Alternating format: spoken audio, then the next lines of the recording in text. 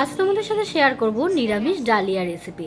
তার জন্য দেখো আমি কি কি দিয়েছি। একটু আদা বাটা লাগবে, লঙ্কা কুচি লাগবে, সয়াবিন দিয়েছি আমি, আর যে সবজি আছে সে সমস্ত সবজি দেবে, ডালিয়া, আর তার সাথে আমি মুসুর ডাল আর মুগের ডাল দিয়েছি।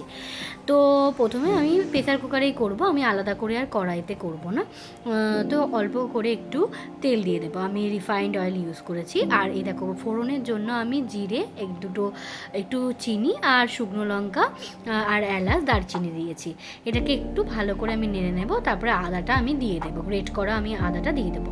দেন যেহেতু সয়াবিনটা একটু ভেজে নিলে ভালো লাগে, তো সেই কারণে আমি তেলের মধ্যেই ওইটা দেওয়ার পরে সয়াবিনটা দিয়ে হালকা করে একটু নেড়ে নিয়েছি। তারপরে লঙ্কা কুচি দিলাম এবং এরপর সবজিগুলো এক একে দিয়ে দেবো। আমি সবজির মধ্যে দিয়েছিলাম আলু, গাজর, মটরশুঁটি, ক্যাপসিকাম, বিনস, এই আর আমার কাছে যা যা ছিল সেই সমস্ত কিছু দিয়েছি। তোমাদের কাছে যা যা থাকবে তোমরা সেগুলো দিতে পারো।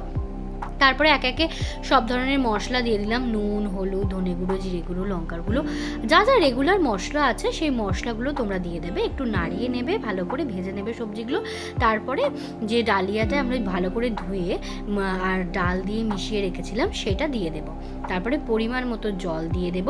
এই দেখো জল দিয়ে দিলাম। এবার আমি প্রেশার কুকারে জাস্ট দুটো সিটি দিয়ে দেবো।